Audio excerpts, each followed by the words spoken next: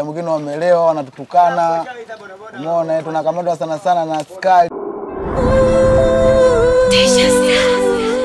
Inatokea wapi? Habari. Safi ndio. Safi, kwa majina naitwa Naina Ali, ni mtangazaji kutoka katika channel ya Binyenge Media. Sijui nani mwenzangu? Naitwa Hashim Kanja. Oh, tunashukuru kukufahamu. Vipi katika kazi yako, kuna changamoto gani ambazo unazozipitia? Dadangu, changamoto zipo nyingi sana. Yaani changamoto zipo nyingi sana. Tunapakiza abiria, muda mwingine wamelewa wanatutukana. Umeona, tunakamatwa sana sana na askari, yani pasipokuwa hata na sababu za msingi. Umeona, kwa sababu zipo nyingi sana, changamoto zipo nyingi sana dadangu.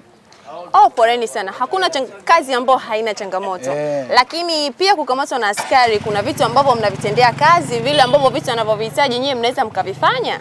Sawa, sasa watakuwa turahisishie sisi kwamba tukihitaji hizo huduma, labda tukitaka kama leseni tuweze kuipata kwa ukaribu ili tuweze kurahisishiwa na sisi, kwa sababu ukitaka hizo process upate leseni inakuwa ni changamoto.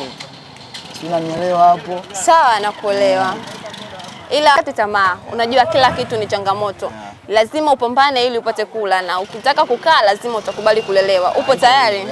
Upo tayari kulelewa? Sipo tayari kulelewa. Mimi napambana dadangu vipi? Okay.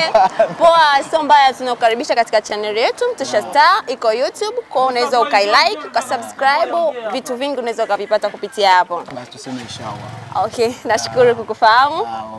Okay, asante. Okay, poa.